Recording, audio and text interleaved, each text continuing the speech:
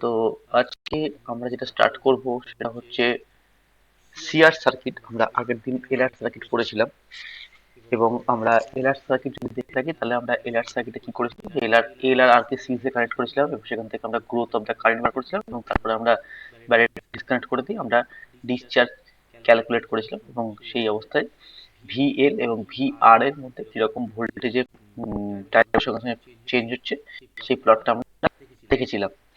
এই একই জিনিস আজকে আমরা করবো সার্কিটে, অর্থাৎ ক্যাপাসিটর এবং রেজিস্ট্যান্স লাগে। জিনিসের টেকনিকটা সম্পূর্ণ একই রকমই থাকবে, শুধুমাত্র এল এর জায়গায় আমরা বসাবো সিআর। তাহলে সি আর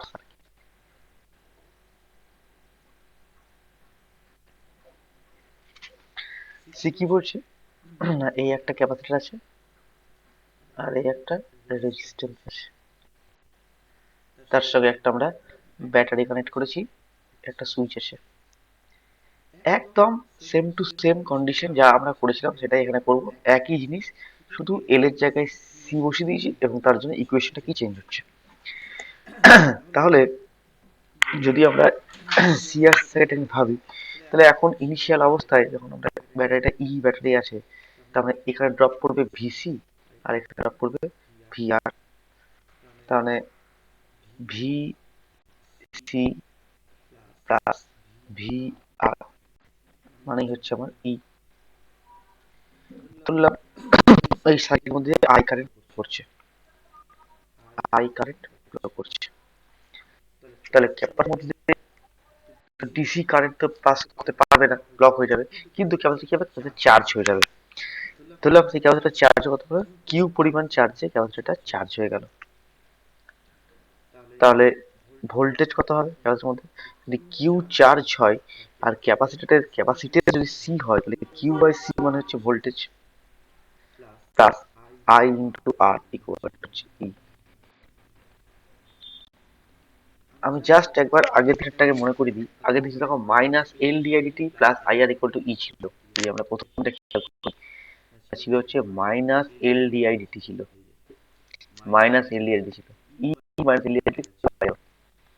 আজকে কি করলাম, কারণ এখানে এল ইন্ডাক্টর কি করেছিল, তার ব্যাক ইএফ এর জন্য ইন্ডিউসড ইএফ কে অপোজ করছিল, তাই মাইনাস। কিন্তু ক্যাপাসিটরের মধ্যে কি হবে, ক্যাপাসিটরের মধ্যে কারেন্ট পাস করতে পারে না, কিন্তু ক্যাপাসিটর চার্জ হয়ে যায়। তাহলে চার্জ হবে, ধরলাম কিউ পরিমাণ চার্জ হয়েছে, ট্রানজিয়েন্ট মানে খুব ছোট্ট সময়ের জন্য আমরা কাজ করছি, কিন্তু সুইচ দিয়েছি ছেড়ে দিয়েছি ব্যাস এই মুহূর্তে। তাহলে Q by C plus I R equal to হচ্ছে ই। তাহলে এটাকে আমরা সলভ করার চেষ্টা করি। আচ্ছা, আমরা উদ্দেশ্য হচ্ছে কতটা গ্রোথ অফ চার্জ হচ্ছে, চার্জটাকে বার করতে হবে, কিউ। তাহলে অলরেডি আমার বাঁ দিকটা কিউ চলে এসেছে, কিন্তু ডান দিকে আই পার্টটা কিউ আসেনি। তাহলে আই পার্টটা যদি কিউ করতে হয়, তাহলে আমরা কি করবো, Q by C plus R, যদি আমি আইটাকে লিখতে পারি D Q D T, rate of change of charge মানে তো কারেন্ট, ইকুয়াল টু ই। তাহলে কি দাঁড়ালো, D Q D T, D Q D T equal to E minus Q by C. That implies dq by e minus q by c equal to dt। আচ্ছা, এটা আর ছিল না, আর dq dt ছিল, আর dq dt e minus q by c dt by r।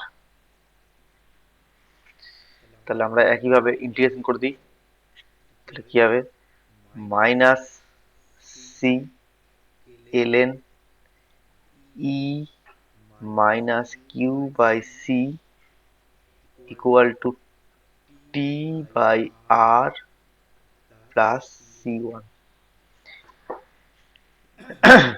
Just আগের দিনের মতনই আমাদের case বেরোচ্ছে, শুধুমাত্র আমরা কি করলাম, এখানে ইন্ডাক্টরের জায়গায় কি বসেছি ক্যাপাসিটার, এবং তার জন্য ইকুয়েশন যেটুকু চেঞ্জ, সেটুকু চেঞ্জ করে আমরা বাকি কাজটা সিম্পল ইন্টিগ্রেশন করেছি, নতুন কিচ্ছু করা হয়নি। তাহলে একইভাবে বাউন্ডারি করতে থাকবো যে অ্যাট টি ইকুয়াল টু জিরোতে আমরা আগের দিন বলেছিলাম সার্কিটের মধ্যে কোনো কারেন্টই পাস করবে না, ফলে ক্যাপাসিটরের চার্জও থাকবে 0। তাহলে টি জিরোতে কিউ জিরো হলে সি ওয়ান এর ভ্যালু কত হবে বসাই আমরা। তাহলে এখানে জিরো হয়ে গেল, এটা জিরো গেল, তাহলে minus C L N E, minus C L N E. গুলিয়ে যেন না পড়ে, যেন এই সি ওয়ানটা হচ্ছে কনস্ট্যান্ট আর এই সিটা কিন্তু ক্যাপাসিটরের ক্যাপাসিটেন্স, দুটো কিন্তু এক জিনিস নয়। তাহলে কি দাঁড়ালো মাইনাস, আচ্ছা তাহলে এটা হয়ে যাবে, এখানে বসাবো মাইনাস সি এল এটা বসাবো। তাহলে বসালে ক্যালকুলেট করলে আমরা পাবো হচ্ছে এরকম এল এন। আমি একটু স্টেপ জাম্প করছি, L N E minus Q by C by L N E হয়ে যাবে, বাই এল এন ই হয়ে গেল equal to minus T by C R. So তাহলে দাঁড়ালো কি এল এন আছে, এল এন আছে। আচ্ছা তার মানে যদি আমরা এটাকে করি তাহলে কি দাঁড়াবে, এল এনটাকে ওদিকে নিয়ে যাবো, তাহলে ই টু দি পাওয়ার হয়ে যাবে। তাহলে এটা হয়ে যাবে one minus Q by C E equal to E to the power minus T by C R. তাহলে Q by C E equal to হচ্ছে one minus E to the power minus T by C R. আর Q কত হচ্ছে CE one minus E to the power minus T by C R. যখন আমরা এল আর আর দিয়ে পড়েছিলাম তখন এখানে কত ছিল মনে আছে, আই ছিল।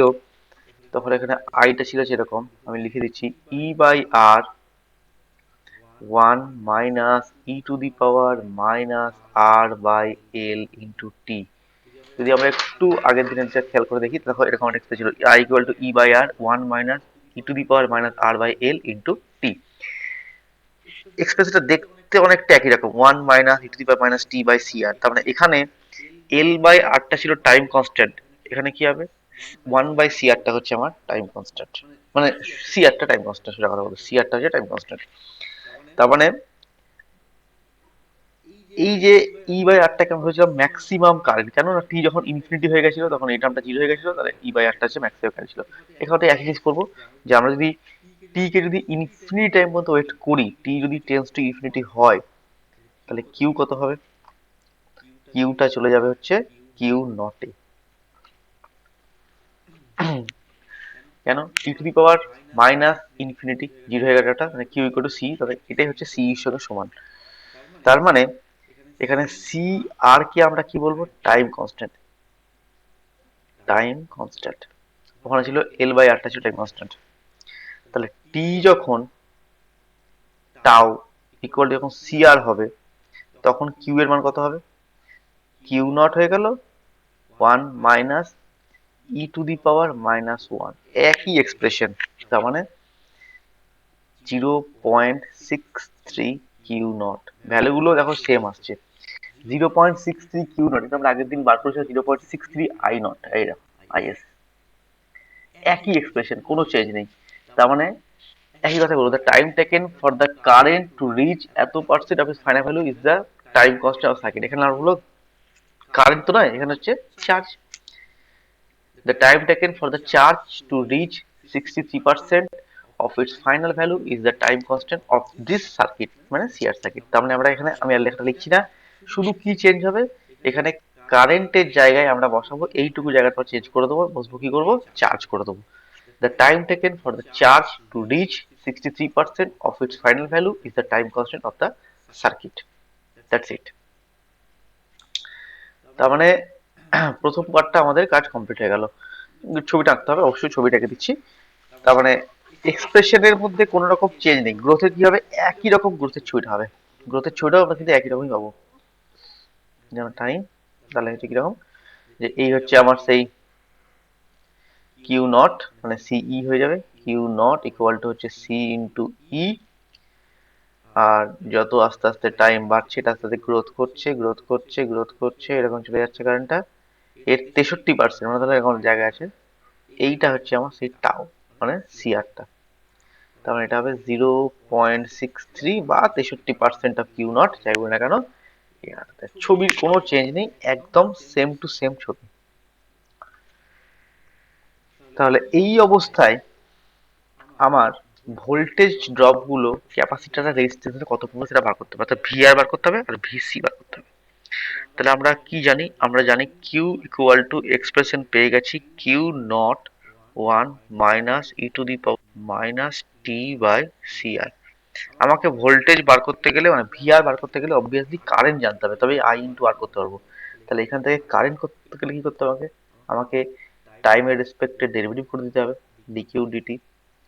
তাহলে করলে কি দাঁড়াবে, কিউ নটটা থাকলো বাই সি আর থাকলো E to the power minus T by C R. কারণ প্রথম পার্টটার ডেরিভেটিভ কিছু হবে না, মাইনাস কিউ নটের এই পার্টটার ডেরিভেটিভ হবে। তাই এবারটা করে দিলাম কিউ নট বাই সি আর, মাইনাসটা কেটে যাবে, প্লাস হয়ে যাবে, দিয়ে এটা থাকবে। এই Q naught by C R maximum charge by time, maximum charge C R মানে টাইম কনস্ট্যান্ট বলেছি, তাহলে নিচে টাইম হয়ে গেছে, তাহলে কিউ বাই টি মানে তো কারেন্ট, তাহলে এটা কি হবে আমার ম্যাক্সিমাম কারেন্ট, কারণ কিউ নটটা ম্যাক্সিমাম চার্জ, তাহলে E to the power minus T by C R. গল্প শেষ। নেক্সট হচ্ছে আমাদের ভি আর বার করা। তাহলে ভি আর অবভিয়াসলি টাইমের সঙ্গে ডিপেন্ডেন্ট, তাহলে হচ্ছে I into R, I into R, তার মানে কত হবে এটা, I naught into R into E to the power minus T by C R. এটা মানে হচ্ছে capital E E to the power minus T by C R. তাহলে VC কত হবে, ভিসিটি কত হবে, অবভিয়াসলি ই এর সঙ্গে এটাকে বিয়োগ করে দেবো, তাহলে ই মাইনাস হবে এটা, তাহলে ই যদি কমন নিয়ে নিই তাহলে one minus E to the power minus T by C R হচ্ছে আমার এটা। তাহলে এর গ্রাফটা কেমন দেখতে হবে,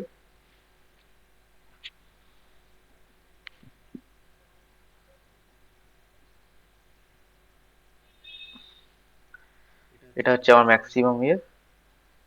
তাহলে আমরা যদি টি কে জিরো বসাই, আমরা যদি টি কে জিরো বসাই, টি কে জিরো বসালে ইউনিটটা কত হচ্ছে ই টু দি পাওয়ার জিরো মানে ওয়ান হয়ে গেল, তাহলে ম্যাক্সিমাম চার্জ হচ্ছে ই,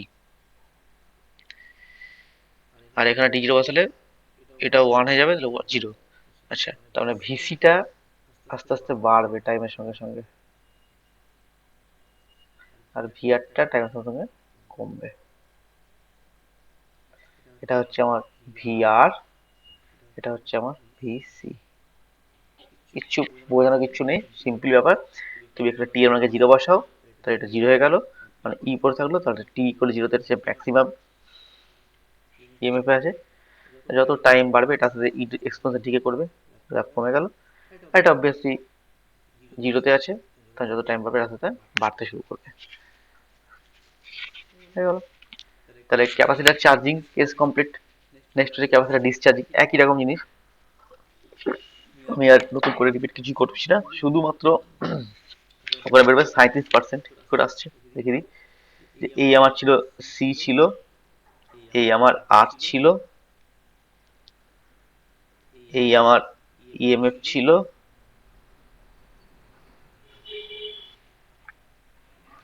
এখন আমরা কি করলাম, এখানে একটা চাবি লাগালাম,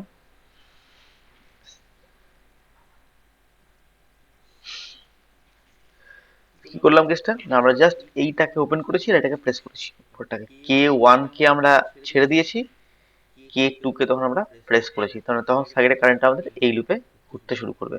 তার মানে গল্পটাতে একই থাকবে, Q by C plus I into R equal হয়ে গেছে এখন জিরো, আর কিন্তু ই নয়। তার মানে Q by C plus R D Q D T equal to হয়ে গেছে জিরো। তাহলে একইভাবে করে দেবো, ডি কিউ বাই কি করবো, তার মানে অনেকবার করেছি আর করছি না, সাজিয়ে নেবে, L N Q equal to হয়ে যাবে minus T by C R plus একটা কনস্ট্যান্ট সি টু। এখন কন্ডিশন কি হবে, টি ইকুয়াল টু জিরোতে কিন্তু কনস্ট্যান্টে কিউ কিন্তু জিরো নয়, টি যদি কিউ হচ্ছে এখন কিউ নট, কেন না এই অবস্থায় আমরা যখন কে ওয়ান কে খুলছি তখন সেখানে চার্জ কিন্তু ম্যাক্সিমাম পৌঁছে গেছে, তারপরে আমি ছেড়ে ছেড়ে হয়েছি, তখন চার্জ কিন্তু ম্যাক্সিমাম পৌঁছে গেছে, দ্যাট ইজ সিই। তাহলে সি টু কত হবে? সি টু হবে হচ্ছে এলএন কিউ নট, তার মানে এটাকে বসিয়ে দিলে হবে Q equal to Q naught E to the power minus T by C R. একদম একই জিনিস, নতুন কিচ্ছু হচ্ছে না। আবার সেই সি আরটা টাইম কনস্ট্যান্ট, ভ্যালু বসালে ওয়ান মাইনাস ই হয়ে যাবে, তার মানে 0.37 অফ কিউ নট হয়ে যাবে। তার মানে T equal to tau equal to C R করলে কি দাঁড়াবে না, কিউ ইকুয়াল টু হয়ে গেল হচ্ছে 0.37 অফ কিউ নট। ডেফিনেশন আর বলছি না, 35% রিডিউস করবে, তার মানে ছবিটা কেমন দাঁড়াবে, এই হচ্ছে আমার সেই পি, এই হচ্ছে আমার কিউ নটটা ধরলাম, এখানে আছে কিউ নটটা, তাহলে ডিকে কত শুরু করলো 37% যখন হবে, সেটাই হচ্ছে আমার টাও এর সঙ্গে সমান। তার মানে 0.37 অফ কিউ নট যখন আসবে, দ্যাট ইজ টাও মানে হচ্ছে সি আর এর সঙ্গে সমান হবে। তাহলে একইভাবে এখান থেকে আই বার করতে পারবো আমরা, এখান থেকে আই বার করে নাও। তাহলে আই কত হবে? আই হচ্ছে minus Q naught by C R E to the power minus T by C R. তাহলে ভি আর কত হবে? আই ইন্টু আর, তার মানে হয়ে গেল minus Q naught by C E to the power minus T by C R. V C কত হবে?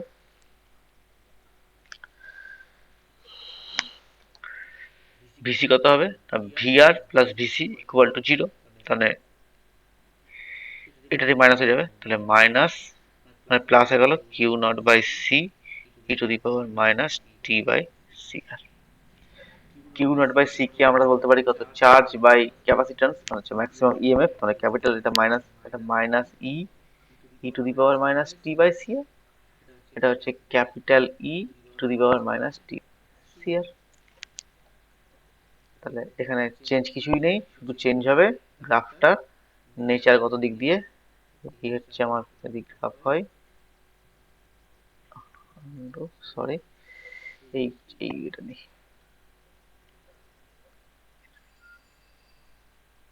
এই তাহলে বুঝতে পারছো ভি আর হচ্ছে মাইনাস ই, তাহলে এখানে একটা প্লাসই থাকবে, একটা মাইনাসই থাকবে। তাহলে টি ইকুয়াল টু জিরোতে এখানে বসালে কি হবে, মাইনাস ই থেকে স্টার্ট হবে, তার মানে ভি আরটা মাইনাস ই থেকে গেলে এরকম যাতে থাকবে, আর ভিসিটা এরকম, তার মানে এটা হচ্ছে আমার ভিসি, এটা হচ্ছে আমার ভি আর। এল আর এর সঙ্গে কম্পেয়ার করে দেখি, নিচেরটা এরকমই ছিল কিন্তু উপরটা ছিল ভি আর, নিচেরটা হচ্ছে ভি এল ছিল সম্ভবত, দেখে নিই একবার। যদি আমরা, হ্যাঁ উপরটা ছিল ভি আর, নিচেরটা ভি এল, এটাই ডিফারেন্স। তার মানে সি আর এর ক্ষেত্রে কি সিদ্ধান্তে পৌঁছলাম আমরা, যে ভোল্টেজ ইন্ডাক্টরের ক্ষেত্রে ল্যাগ করে, কিন্তু সি এর ক্ষেত্রে কারেন্টটা লিড করে। অর্থাৎ এখানে আচ্ছা এখানে ভোল্টেজ থাক, লিড ল্যাগ কিছু প্রশ্ন, ওটা এতে এসিতে বোঝাবো, তখন বুঝতে সুবিধা হবে। ছবি কি পার্থক্য হলো, এখানে ভিআরটা টাইম জিরোতে ভিআর নেগেটিভ ভোল্টেজ দেবে, আমার এল আর এর ক্ষেত্রে টাইম জিরোতে ভিআরটা পজিটিভ ভোল্টেজ দেয়। দ্যাট ইজ দ্য কি difference between VR, VC and VL. এবার এই তিনটেকে একসঙ্গে লাগিয়ে আমরা করব ভিআর ভিসি প্লাস ভিএল লাগিয়ে আমরা এল সি আর সিস্টেম দেখব নেক্সট ক্লাসে। আজকের এই ক্লাসটা এখানে শেষ।